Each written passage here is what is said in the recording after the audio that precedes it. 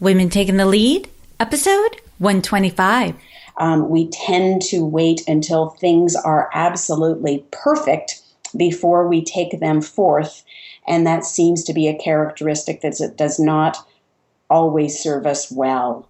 Hello, my name is Jody Flynn, and welcome to Women Taking the Lead, where we are all about creating blasts of inspiration to help you overcome self-doubt so you can lead with confidence, integrity, and a sense of humor. Head over to womentl.com/recognize to reserve your spot in our upcoming webinar on how to be recognized and rewarded for the work you do. Now, your future awaits, so let's get started. Hello, everyone, and thank you for joining us. I am here with Susan Morris, who is a condominium developer in Portland, Maine, and principal of New Height Group, a firm specializing in providing marketing, branding, and business strategy to organizations developing new products and services or repositioning existing ones. Susan is a Maine angel and actively engaged in Maine Startup and Create Week, Women Standing Together, Top Gun, and the House of Genius. She has built and exited from several businesses. Prior to having her own businesses, Susan worked for 13 years for Marriott International. She is a co-author of a college textbook, Hospitality Sales, A Marketing Approach, and serves as a speaker, adjunct professor, and facilitator. Susan, it's such a pleasure to have you here today. So tell us more about you and your own humble beginnings. Humble beginnings. One thought that comes to mind, and it will quickly become clear as I start to speak and say that I am out and about, is that I am very Canadian, and we Canadians are known for being somewhat humble and have trouble tooting our own horn and perhaps consider ourselves second-class citizens in the shadow of the mighty U.S. of A. So when I think about being humble, I always find that I end up finding that it is my Canadian roots and the way I say, oh, sorry, which apparently does not set us up well as women in business. But yeah, I grew up in the hotel world. I started working in restaurants when I was 13 and 14. One of my biggest early jobs was I was responsible for the 52-item salad bar in Mother Tucker's Food Experience restaurant. And I think at that point in time, I became quite detail-oriented, and my creativity and how I managed that salad bar truly popped out. And then I did a degree in sociology, which continues to serve me well now. Originally thought I was going to be a social worker, and then found the hotel industry and found that it really, really got me jazzed. So I've had a long career with Canadian Pacific, Fairmont, Savoy, and Marriott hotels, and really consider that is the environment in which I grew up. Awesome. And this podcast has a strong Canadian listenership too. And one of the themes of this podcast is like women from humble beginnings. So I never made that connection before. That is quite a possibility.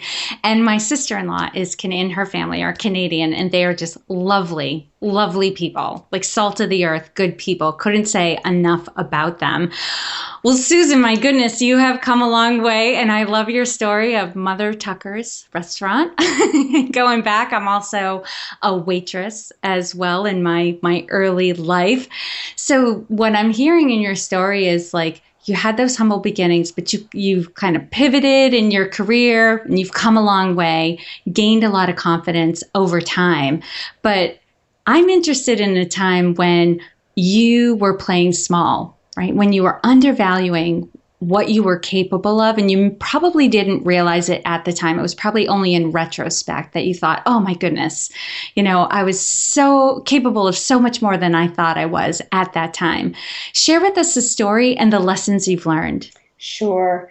And I think I truly did, and I continue often to suffer from what we call the imposter syndrome, that voice in the head that is saying, do I really belong here? When will they find out that I am not worthy?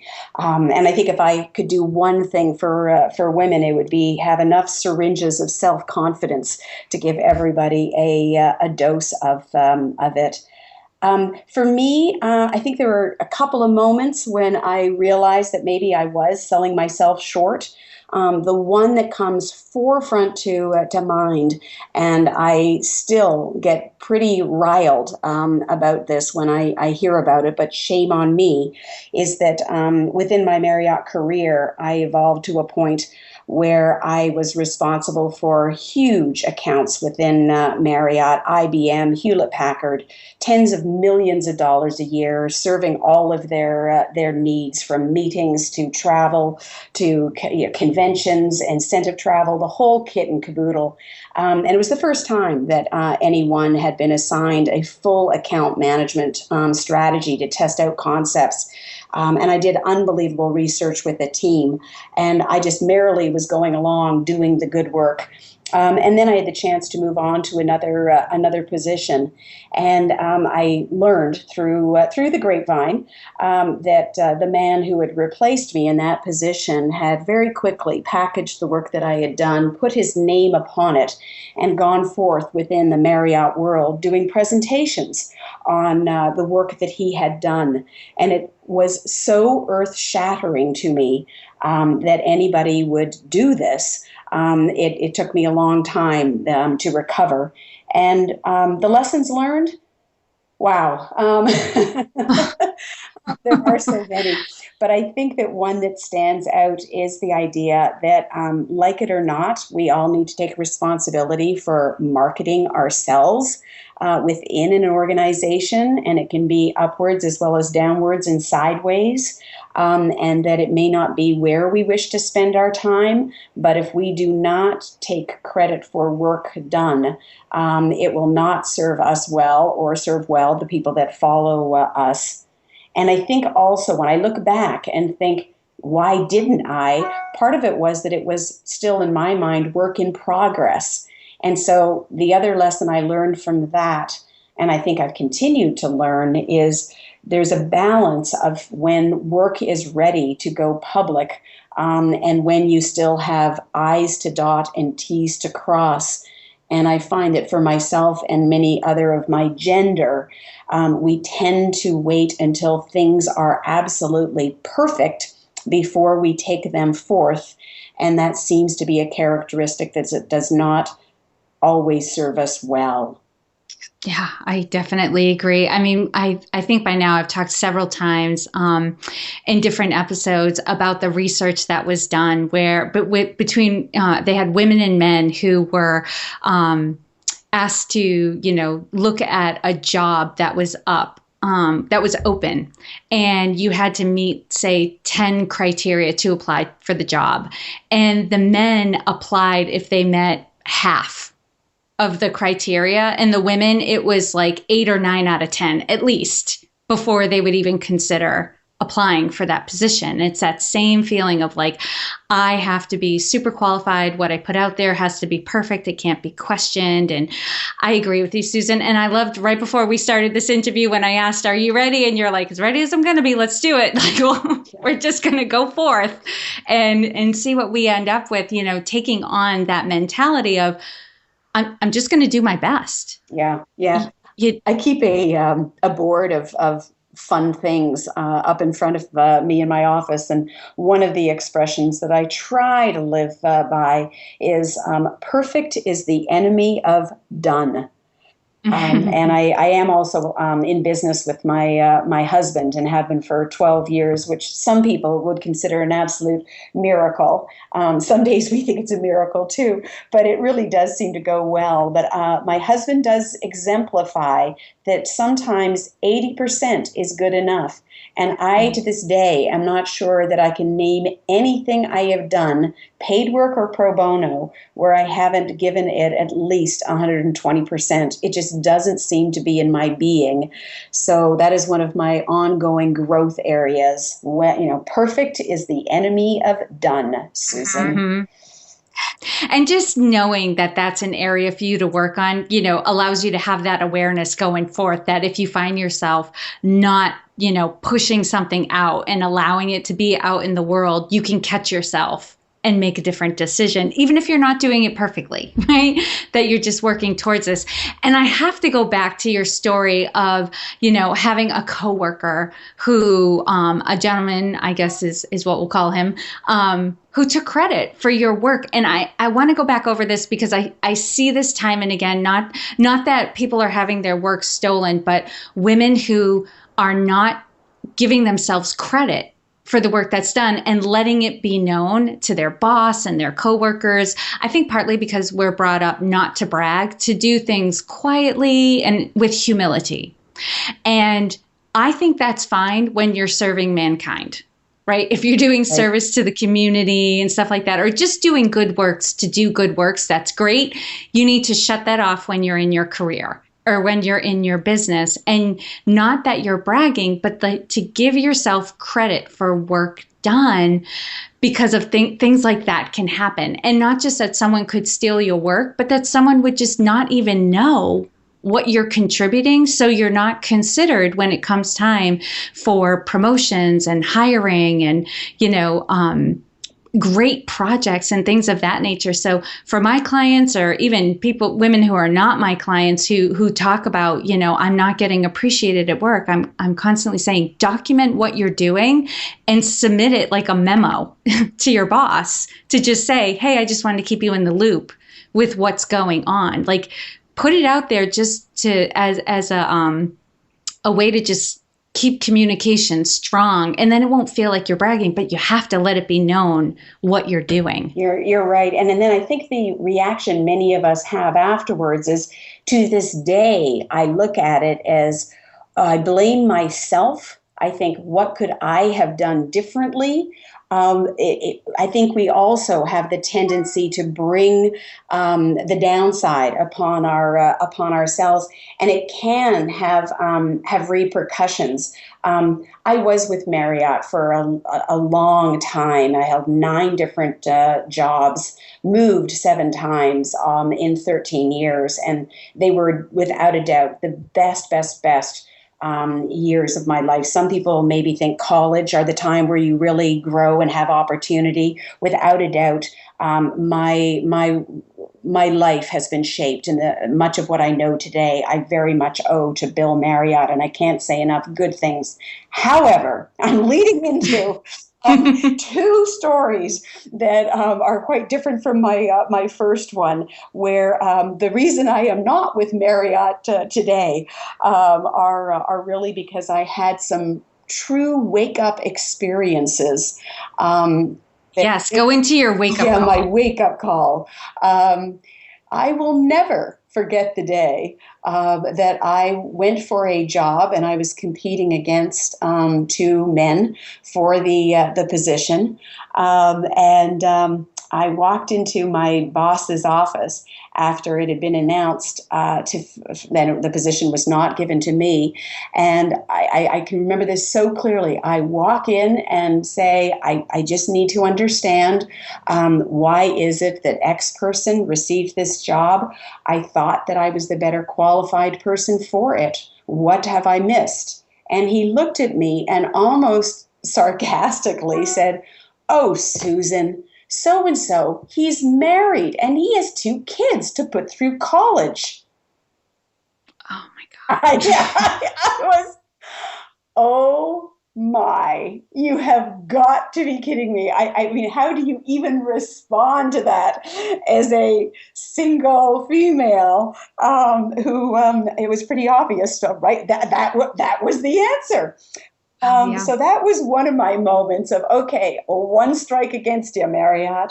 And then the next job that I went for, and I did not get.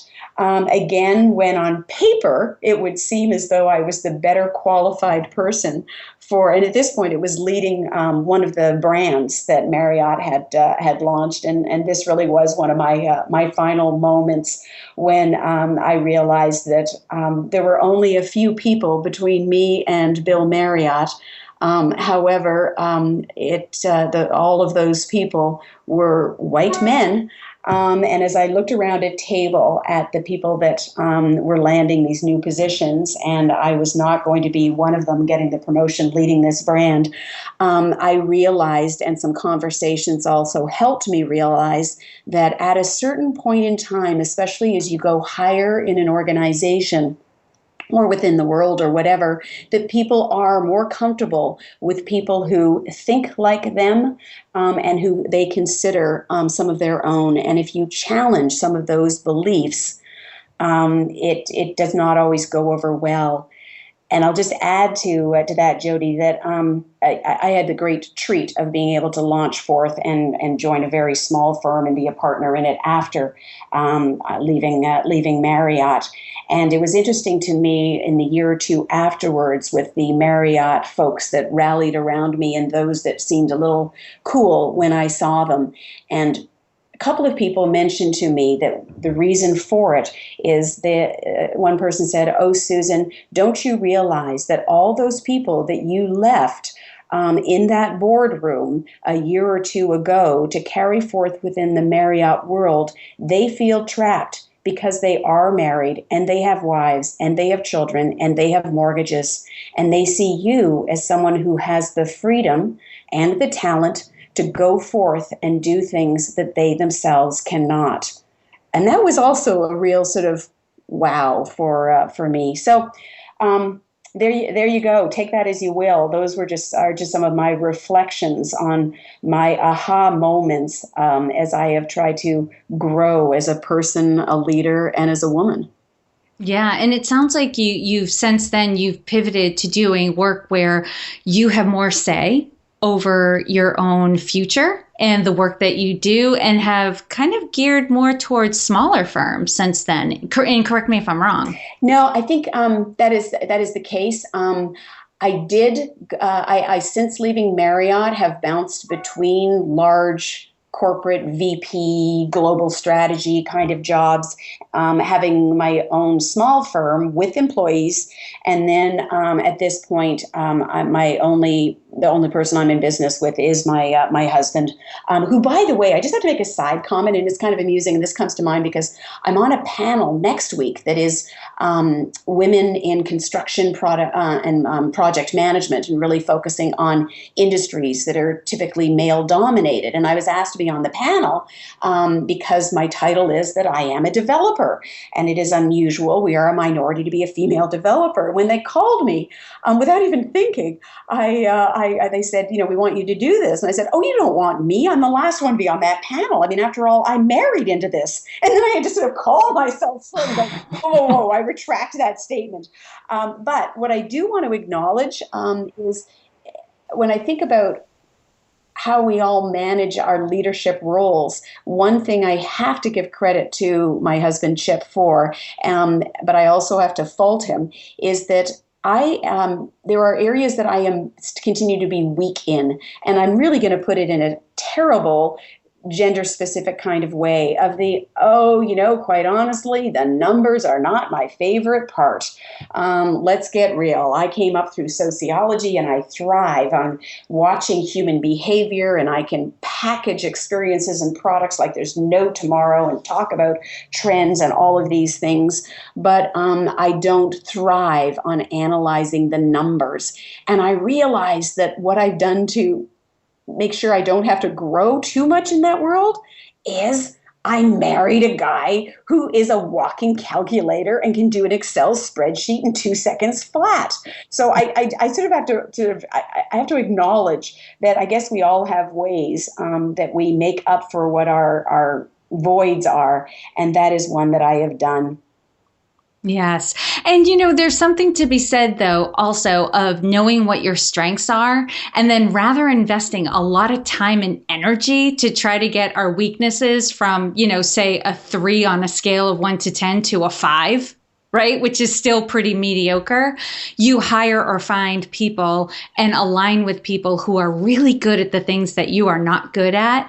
And so you don't waste your time and energy on those things, and rather lean into your strengths and do more of that. Yeah. I think that's one of the things that we all have to look at as we sort of and I don't even know what a career path is anymore. You mentioned the idea. I have loved my experiences in large organizations, and I have also loved my ability to be a true entrepreneur. Although I guess I always took entrepreneurial roles in large companies as well. But that's another chapter. We won't go there.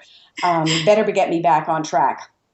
Okay. So being back on track, this is actually a good segue because one of the questions I always love to ask my guests is about their leadership style. Because as we were just talking about, we're all so different and we have different strengths. Now, there are certain things with leadership that are the same no matter who you are. You got to have good communication skills. You got to know how to, build relationships and have listening as a part of your communication skill. But there are nuances between all of these things. So, Susan, how would you describe your leadership style?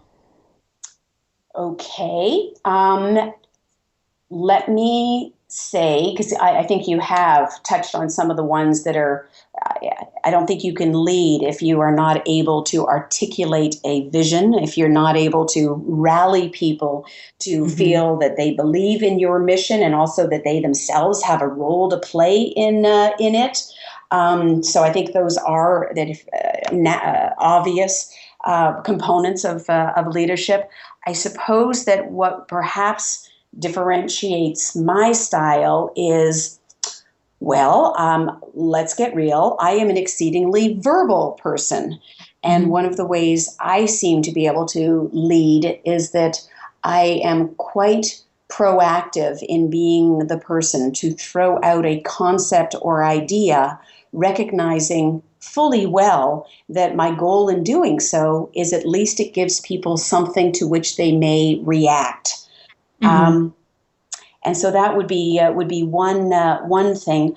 I pride myself on my ability to change my mind and be convinced quite easily to take a different direction. So once I have perhaps articulated a vision, thrown out ideas, I'm so open to the reactions and input people have to it. I am a very, very, very curious person. Love to hear other people's perspectives. Nothing makes my day more than having a paradigm that I have totally shattered. And then I'm quick to sort of pivot, I guess is the word, and say, okay, now I get it, and let's move forward. And that probably is the other thing that I think myself and many women are very good at, is that we are able to think through from strategy all the way to the minute details of execution. And we all know that the devil is in the details. So we're able to take a concept, and I think my biggest success always has been my ability to bring it into fruition with measurable results and having most of the players all feel very happy that they were a part of the experience. And I just kept getting visuals while you were talking, Susan, because I've seen you in action doing this, because I've attended a Maine House of Genius event where an entrepreneur had kind of talked about their business and we were throwing out ideas.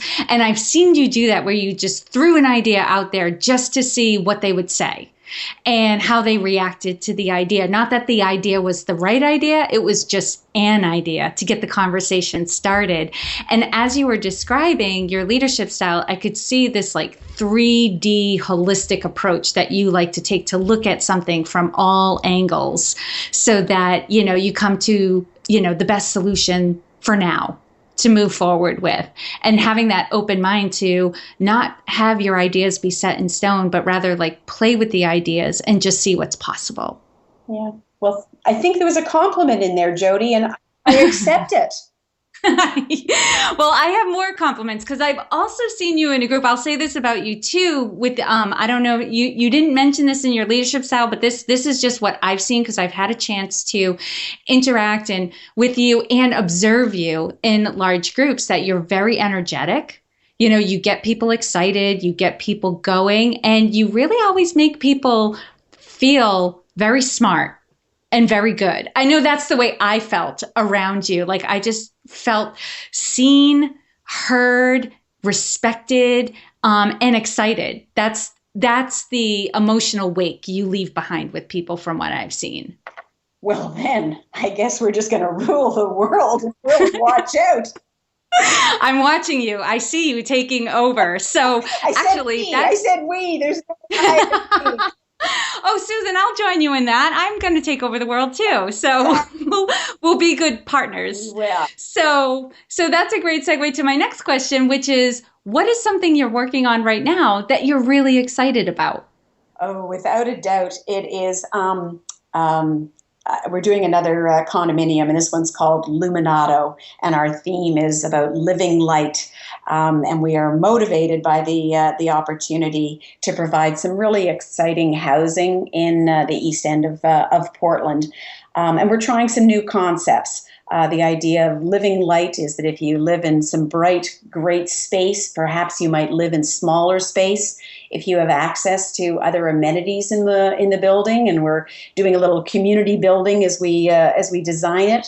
But we're doing things like including a guest room like you find in a hotel so that when you have friends or family visiting, you can use it. We're putting a community room in so that if you do work from home, you've got an alternative space to be in or somewhere to hang. We're putting a fitness room in, a rooftop terrace. So as I mentioned earlier, my background is sociology, and I can't help myself. Every day, I just look around at how people are living and how they're getting their work done and how they're choosing to spend the leisure time, however little it may be. And I just love figuring out what products and services already exist or could exist to serve people well. So that really has me jazzed. And at this point in time, we have got more women buyers than male buyers. And that just tickles me pink. Oh, I love that. And I love that it's designed to bring the community together. That there will be casual interaction so that you're getting to know your neighbors and the people you're living around, rather than I've seen some of these apartment buildings where unless you pass somebody in the hall, you could probably not meet your neighbor for months. Yeah. I think you're absolutely right, and wish us well. So far, so good, but it is a new concept, and some people are having a little bit of trouble wrapping their arms around it. But I think it's going to be a go. Yeah, we can get the word out about that. No problem. So, all right, Susan, now we're going to do a quick leadership roundup. So tell us, what is one practice you have that helps to make you a better leader? I am going to say that it is my curiosity about the world and also the people with whom I get to interact. And I think you said it earlier. My style is what you see is what you get. I don't think pretentious is a word that anyone would ever use.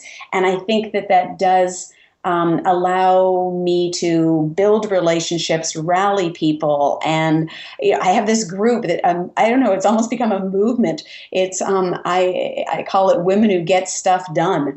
And it's sort of a rallying call. And it's amazing how many people seem to respond to that. So as you said earlier, I am a high energy person, and that seems to be something that people like to tag along with. So as long as we use it in a way that will be productive for mankind, I think that's okay. All right. I love it. And what is one book that you would recommend to a woman to help her develop her leadership? Hands down, it is Women Don't Ask.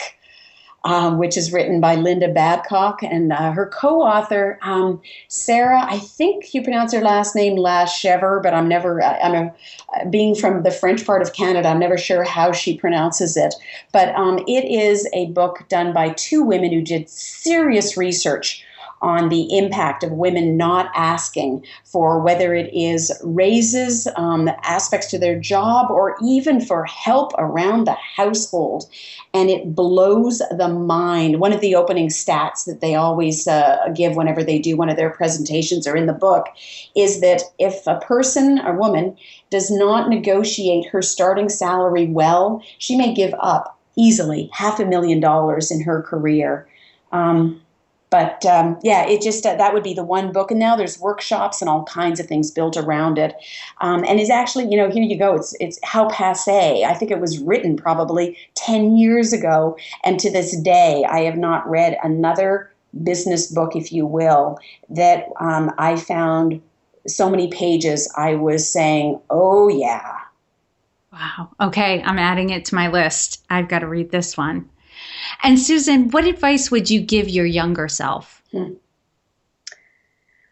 I think that it is the idea that at some point you do toss in the towel.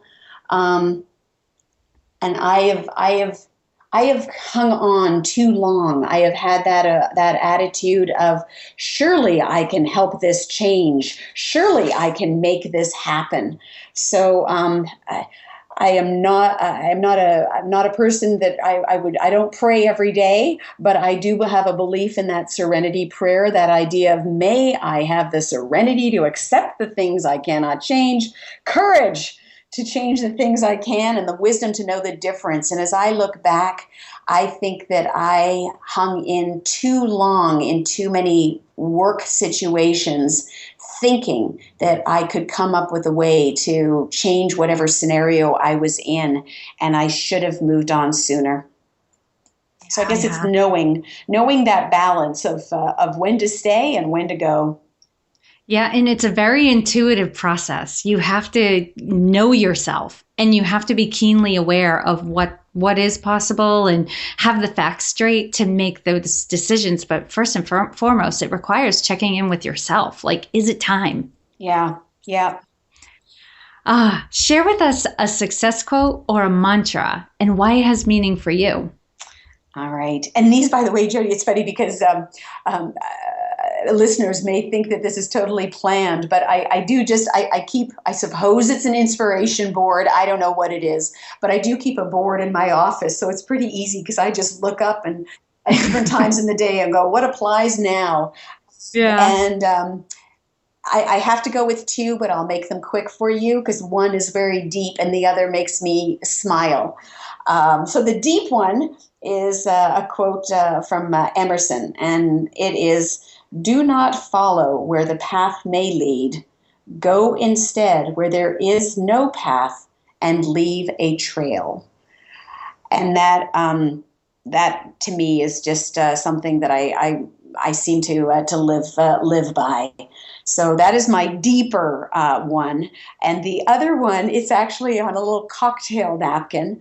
And it's special to me because my mother gave it to me. And my other mother was the ultimate volunteer and truly a role model for me.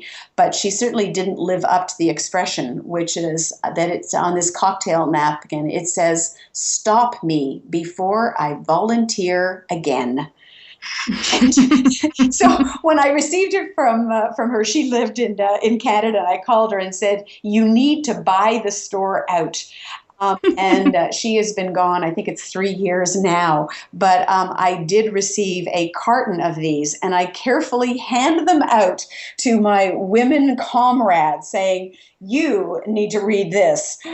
So those are the ones that come to mind in terms of mantras that I live by. I think that is perfect advice for the women we all know who are doing too much, but keep saying yes when they should be saying no. So I love it.